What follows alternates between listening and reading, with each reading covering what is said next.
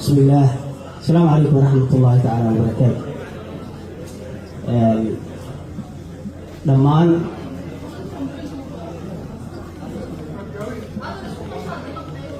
السلام عليكم ورحمة الله تعالى وبركاته. دمان وحنا كسلام يا بشر الصوماليات قيمه إلى كل دول.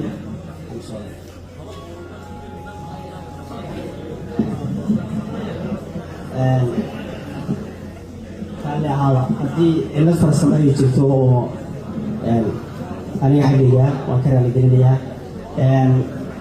waayo social mediaha markaad ugu horeyso oo aad lagugu yeero inaad soo hor istaagto meel waxaa laga yaabaa qalab kala badan inuu kugu dhaco geesinimadii hore oo banaanka kulaad inaad ilowdo marka taas waa aan ka raaligelinayaa dhammaan shacabka Soomaaliyeed ee caawa halkan ugu dabaaldegaya furitaanka xafiiska jaaliyadda galmudug ee cusub ee Columbus Ohio oo ay nagu hogaamin doonaan gudoomiye Daahir Cali Nuur iyo ku-xigeenkiisa mudane Ayuub Tiin.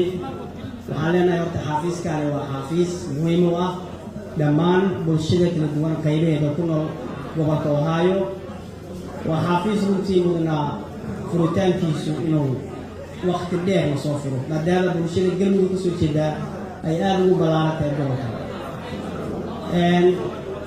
stage waxaa lagu soo saaray asaasiga xafiiska galmudug ee laga furay gobolka Ohio.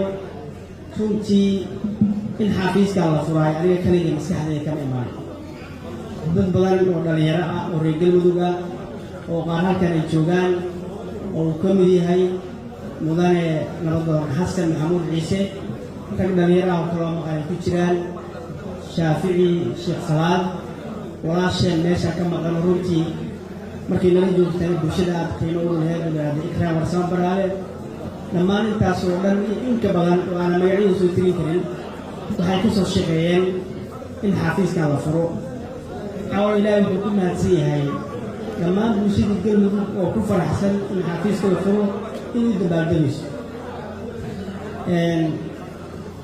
intaa markaa uu gudbo baahiyaha gaarka ah xafiiskani qabanayo waxaa laga rabaa isku keenista bulshada reer galmudug dal iyo dibad, haddii siyaasad tahay iyo haddii heshiisiin tahay iyo haddii horumar bulsho tahay. waxaan u dooranay inay ka sheekeeyaan oo waxqabadka iyo waxa ay mustaqbal noqon doonto gudoomiyaha iyo ku-xigeenkiisa. haddaa wax yar oo kaftana dib ugu daro maadaama taariikhda xafiiska la qabanayo aan u daayay madaxda loo doortay inay ka sheekeeyaan 2008 wixii ka horreeyey dadka Black Americanka ee waddanka ku nool inay adduunka xukumi karaan ama ay dad cadaan inta hor istaagaan xukun noqon karaan meel aaminsan.